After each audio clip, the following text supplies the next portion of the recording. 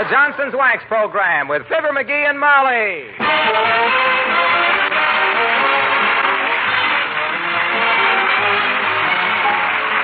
The makers of Johnson's Wax products for home and industry present Fibber, McGee, and Molly with Bill Thompson, Gail Gordon, Arthur Q. Bryan, and me, Harlow Wilcox. The script is by Don Quinn and Phil Leslie. Music by the King's Men and Billy Mills Orchestra.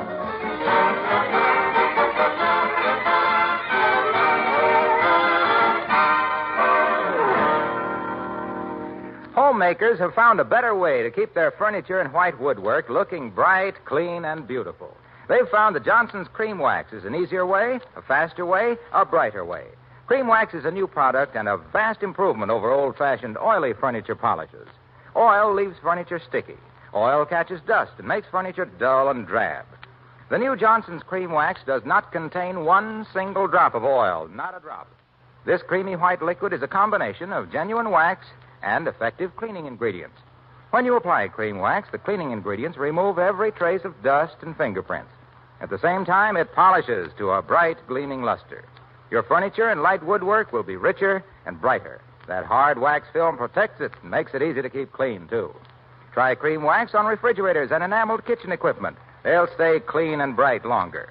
Ask for Johnson's Cream Wax to bring out the beauty of your home. Look on the bright side, shine up the right side, bring out the beauty of the home.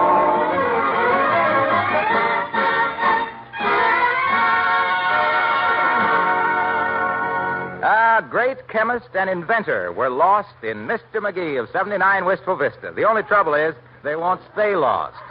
Because here he is at it again in a homemade laboratory working out a homemade idea. As we meet Fibber, McGee, and Molly.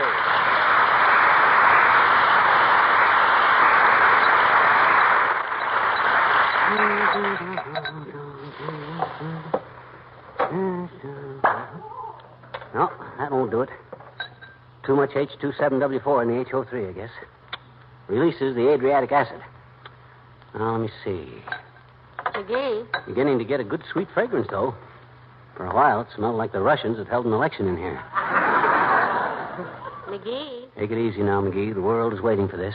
Richard Hudnut was no flash in the pan. Cody didn't pop up overnight. You can do it, McGee. Stick to it. Remember how the little key slid patiently down the kite string till it discovered Benjamin Franklin? McGee. All I got to do is be patient. Now let's try formula number 48 again. That's the one with the turpentine base. McGee. My gosh, kiddo. You startled me out of 5 years' growth. How long you been standing there? I don't know. What month is this? This is May 19th. Wait till I pick this stuff up, Snooky. Lucky I had the rug took up and my raincoat threw down. Boy, get a whiff of that alcohol. Better stuff something under the doors. Uncle Dennis will smell this clear from Denver. Now, here we are. Were you speaking to me, kiddo? Only about 55 minutes. Oh. I've got one question. What are you doing? I'm inventing a cologne. For men. Why? A good question. Because men, my dear, spend $32 million a year for colognes, lotions, hair tonics, and various cosmetics. I want to cut myself in on that dough. And I got a great idea. Getting a hunk of $32 million is as good an idea as you'll ever have. I mean, I got an idea for a new cologne. Look, men want to smell good, but they also want to be masculine, you see? Yes. So I says to myself, I says, what's as masculine as a thing as there is, I says. Baseball, I says. So, I'm whipping up a new men's cologne that smells like a baseball game.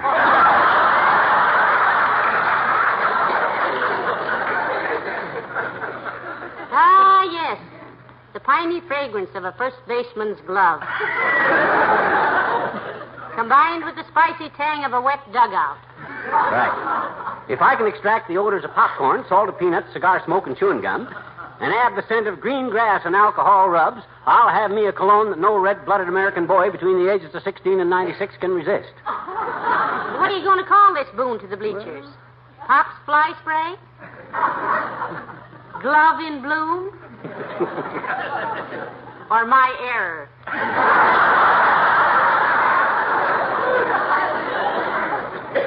Well, I haven't got a name for it yet, but I'm going to package it in big bottles shaped like a catcher's mitt with a hole in the thumb.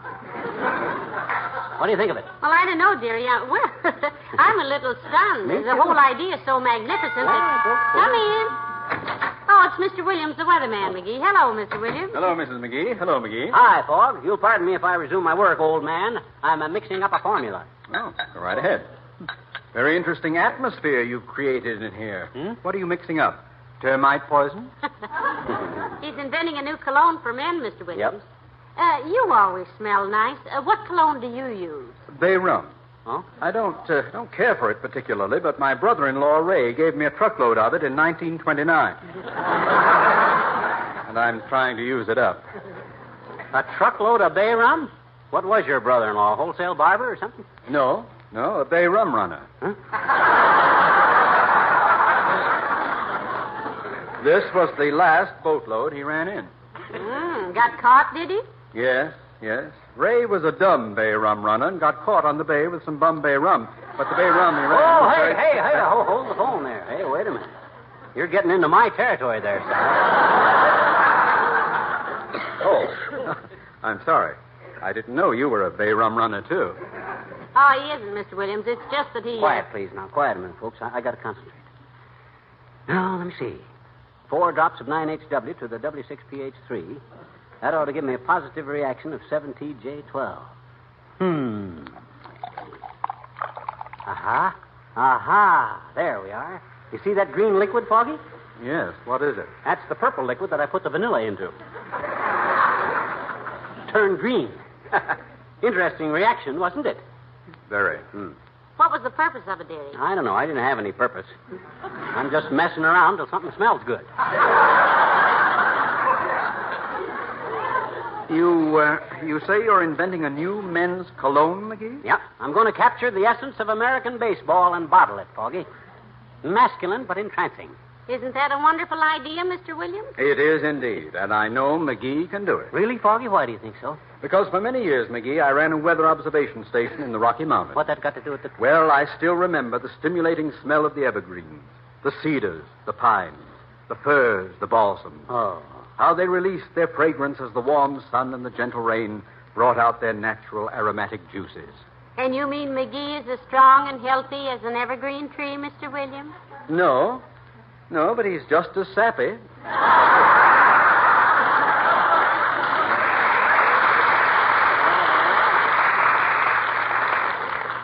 Good day. Probably.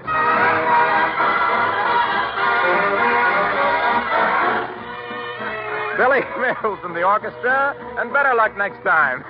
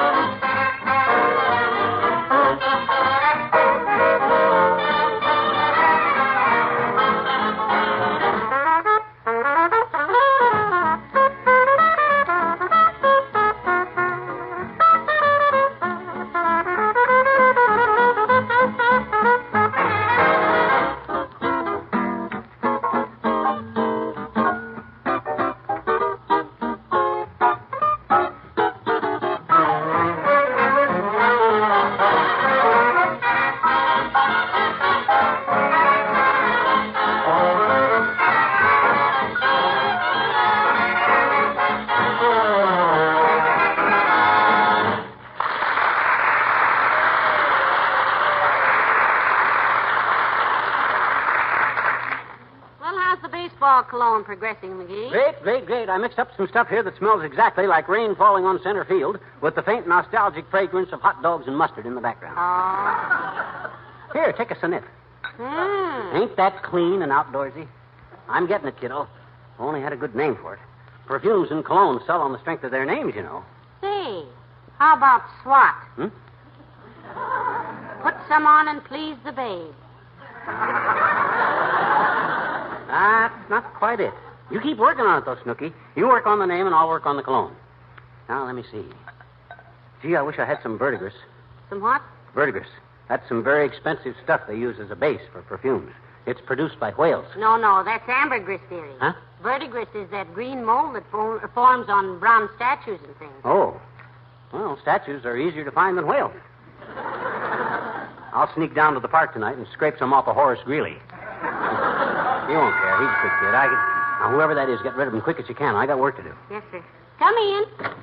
Hello, Dr. Gamble. Do come in. Thank you, my dear. Hello, short, dark, and otherwise indescribable. Hi, Crib Crowder.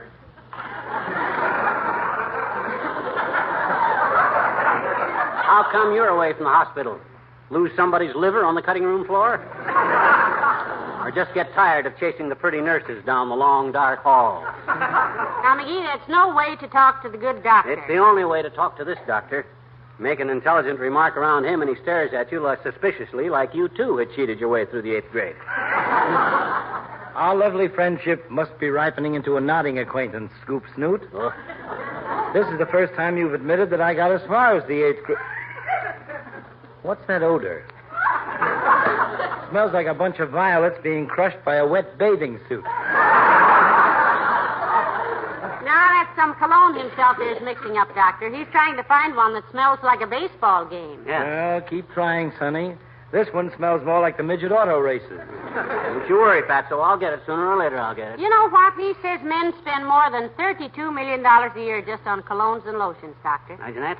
And he wants some of that money. A very laudable ambition, I'm sure. So that's what all these bottles and things are for. Yep. He's a perfumer. Yep. The perfect racket for anybody as nosy as he is.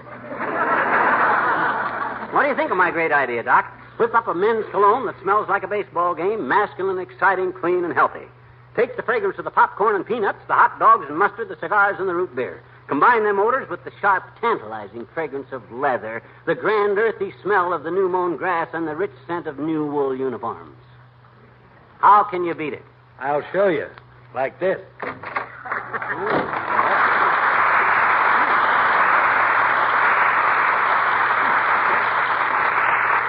Left in the huff. Maybe he doesn't like cologne, McGee. To him, anything that don't smell like either chloroform or carbolic ain't worth inhaling. Oh, well, hand me that bottle over there, will you, Snooky? This little tiny one? Yeah. What's in that? Looks very sinister. That's my own extract of leather. A dash of this gives it that leathery smell. I'd let you smell it, but it's too concentrated. You made that? Yep, chopped it up, mashed it down, boiled it, and distilled it. This is the pure essence. What did you use? Well, you remember that Airedale Mort Toops had? McGee, you didn't. No, No. you didn't. Mort gave me his old leather leash. Oh, his leather leash. Yeah. Hey, you thought of a name for my baseball cologne yet? Yes, I have. You have? Well, what is it? My gosh, kiddo, a good snappy name is half the battle. What's your suggestion? Well, how about Winning Run? Huh? Winning Run, the cologne that steals home with its clean American fragrance. Say, that's good, but I don't like it. Stealing home makes it sound like it was a shame to come in the front door or something. I think we ought to keep working on it. Besides... Hello, Molly. Hiya, pal. Hello, Mr. Wilcox. Hi. Junior, hey, what cologne do you use? Oh, some stuff called Redwood.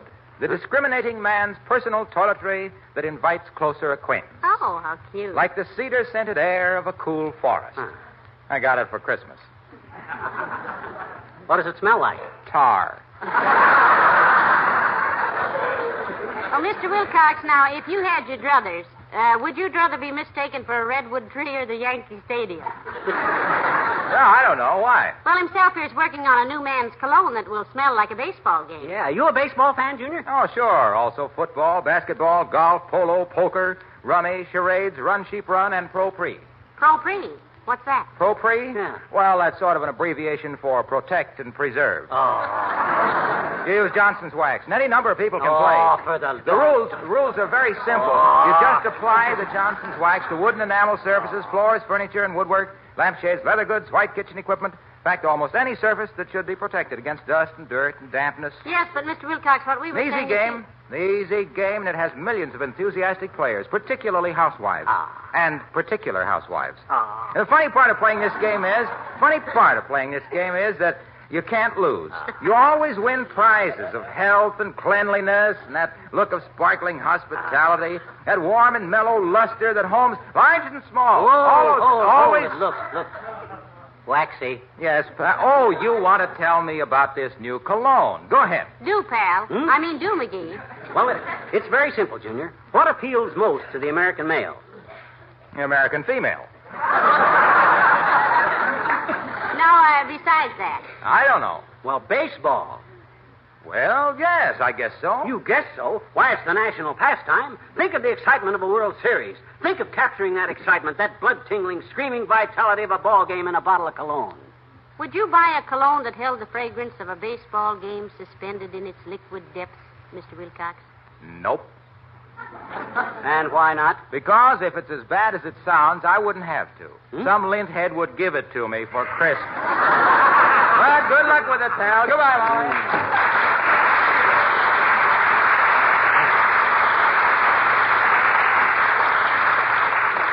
Ah, dear, a scoffer. It's a regrettable thing, my dear, that one's best friends are the ones who have the least faith in one when one is doing one's best to make something of myself. My very words. Yep. And if you'll excuse me, Hoobagant, I must go upstairs and sort the laundry. Aye. Let me know if there's anything I can do to help. Yeah, and let me know if you think up another good name for my cologne. Ah, there goes a good kid. Steady as the Rock of Gibraltar and just as ready to take a shot at somebody. Sometimes I'm... Come in. Hi, mister. Oh, hi, Teeny. Sit down and don't jump around now. I'm working on some very delicate chemical problems. Oh?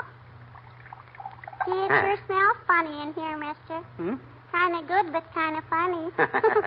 Well, that's explainable, Teeny. I'm mixing up some cologne. That's what I says I'm mixing up some cologne. You know what cologne is? Sure I do, I betcha. That's the stuff girls put on their ears to keep boys on their toes.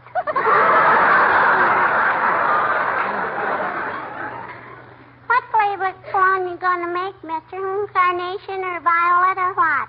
Baseball. Oh, boy. Baseball. I love baseball, mister. You do? Gee, was that ever a ball game at the ballpark today, I betcha? At the ballpark. Were you out the ballpark today? Sure. Oh, boy, did things happen. Yeah? It was the last half of the ninth inning, and Wistful Vista was behind 6-4, and the bases were loaded, and our heaviest hitter came up to bat. Yeah. What happened? Well, the pitcher wound up and threw the ball, Yeah? and an usher bumped my elbow, and I got my face stuck in my box of popcorn. When I got it unstuck, the game was over.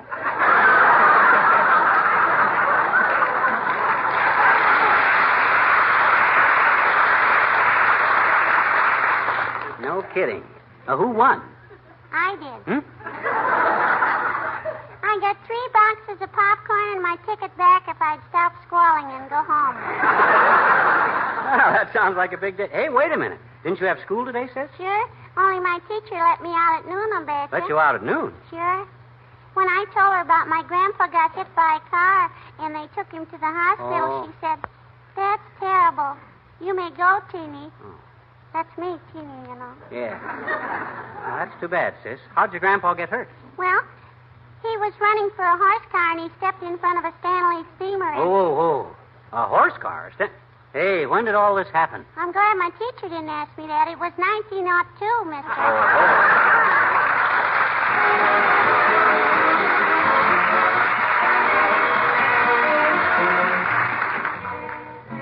The King's Men and Casey, the pride of them all. The bases were loaded, the score was a tie. 2 outs, and the hour was late. The bleachers exploded, excitement ran high when Casey stepped up to the plate. Oh, Casey's the guy with his eye on the ball, but mostly the ladies. Casey's the guy who's the idol of all, but mostly the ladies. Casey is mighty and manly. Casey's a dangerous gent. Egad, when he goes to bat, hang on to your hat. He's batting 1,000%. With the ladies, oh, Casey has nerve and he knows every curve. He's no hokey pokey. He gets away with that old double play. He's sure okey dokey. He makes all the ladies go gaga, it's true. No wonder they swoon when he comes into view. He was the Sinatra of 1902. Casey, the pride of them all. Casey was wonderful, Casey was great. He swung the mightiest clout. They knew he would knock the ball out of the state. Alas, poor Casey struck out. Oh, Casey's the guy with his eye on the ball, but mostly the ladies. Casey's the guy who's the idol of all, but mostly the ladies. You may think that Casey is through playing ball. The stands may be empty through summer and fall, but Casey's still swinging and missing that ball. Casey's the pride of them all.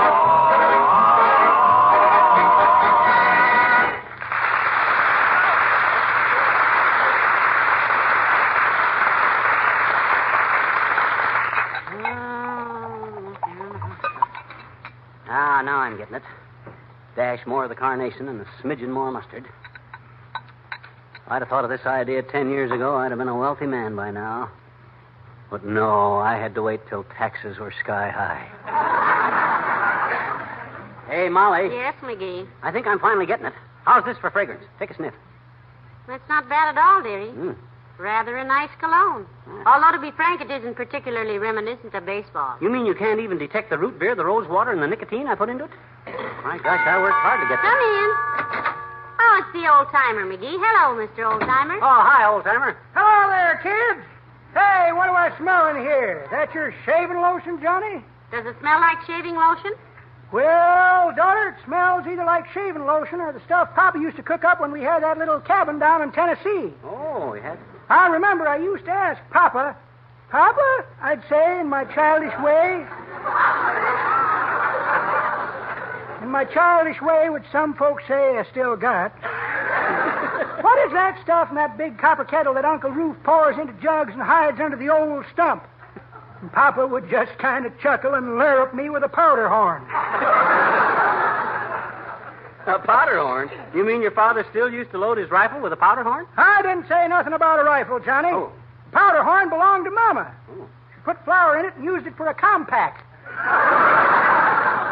And what was in the big copper kettle, Mr. Old-timer? Maple syrup, I presume. Daughter, there was 2 revenue men that was just dying to know the answer to that question, and they succeeded, too. In finding out? Nope, in dying. Uncle Roof got one of them right betwixt the ears, and Papa nailed t'other one with a clean shot through the larynx. Wow. Mama was so proud she gave him hominy grits and apple pan dowdy for dinner. Well, that's terrible. Shooting at revenue officers is a crime. Not in them parts when I was a young'un, daughter. No? Shooting at revenuers was just kind of considered a common citizen's protest against government interference with private enterprise. Your family have any feuds down there in Tennessee? Oh, plenty, Johnny. I was shot at 4 times before I was out of my 3-cornered pants. Is that so? In fact, I was wounded before I was weaned.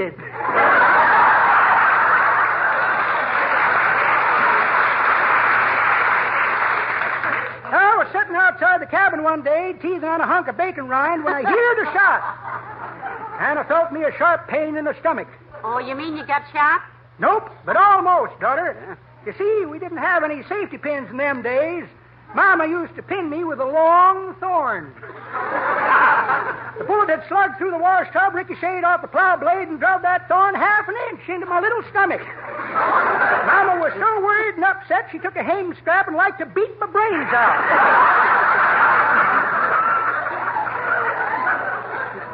But the government took all the fun out of feuding, too. How did they? Passed a law. Huh? My cousin Clay came riding through the piney woods one day, all of a lather, just come from the county seat with the bad news. Put up your guns, fellas, he says. Government says this here feuding has got to be cleaned up. They just passed a legislation. What legislation was it? The pure feud laws, daughter. We figured if we couldn't feud dirty, there was no fun feuding at all. Well, save me a gallon of whatever that stuff is, Johnny. I want to poison some devil grass.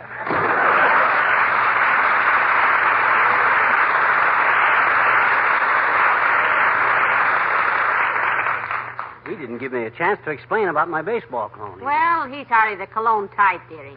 He's more of a rugged individual. I see. Did you say you thought you almost had the formula you wanted? Yep, just a few more experiments, and I'm ready to start dickering for a bottling works. Imagine me, the first man in America with enough imagination to capture the essence of baseball in men's cologne. Well, now we still haven't a name for it. No. As you said, no matter how attractive a product is, the name is very important. Yeah, we gotta get a good name. Maybe something like with a French tang to it. How do you say the fragrance in French? L'odeur. L'odeur. L'odeur. The fragrance of baseball. Mm-hmm. What's French for baseball? How about Osher? Osher. Does that mean baseball in French? If you say the whole thing fast, it means baseball in any language. L'odeur, Osher. L'odeur, Osher. L'odeur, Osher. L'odeur Osher.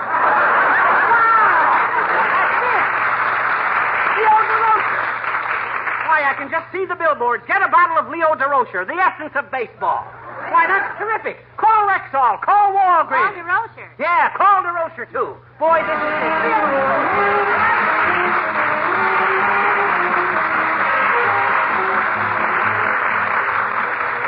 It doesn't make a bit of difference how much water you use, a cupful or an ocean full. Water alone will not clean your car. No, sir, water cannot remove the shabby grime left by traffic fumes, bugs, tree sap, and oil. But just try Johnson's Car New. Why, it zips through all kinds of traffic tarnish. You see, Johnson's Car New contains effective, powerful cleaning ingredients that remove all dirt and stain. And because Car New is wax fortified, it polishes at the same time it cleans. That's right. Car New cleans and polishes in one easy application. You merely apply Johnson's Car New, rub a bit where traffic tarnish is stubborn, let dry to a white powder. Whisk off the powder, and your car is sparkling clean and shining. Just think, without hard buffing or rubbing, you can give your car the sparkle and luster of a brand new showroom shine. Try it, won't you? Give your car a Johnson's Car New beauty treatment. Johnson's Car New is the quickest, easiest way to bring out the beauty of your car. Look on the bright side, shine up the right side, bring out the beauty of your car. Ladies and gentlemen, if there was one thing the late war taught us, it is that no nation can wall itself off from the rest of the world and be either safe or prosperous. And there's no better time to emphasize this fact than during this week, which is World Trade Week. The economic prosperity of our country depends greatly on the business we do with other countries. Part of every dollar you make comes from world trade. So remember, good business helps toward peace. And peace is good business. Good night. Good night, all.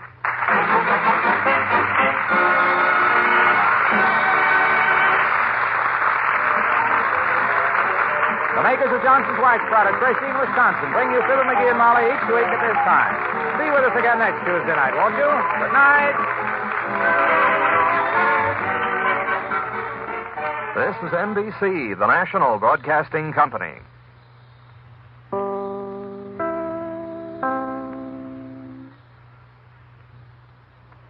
This is WMAQ, NBC in Chicago.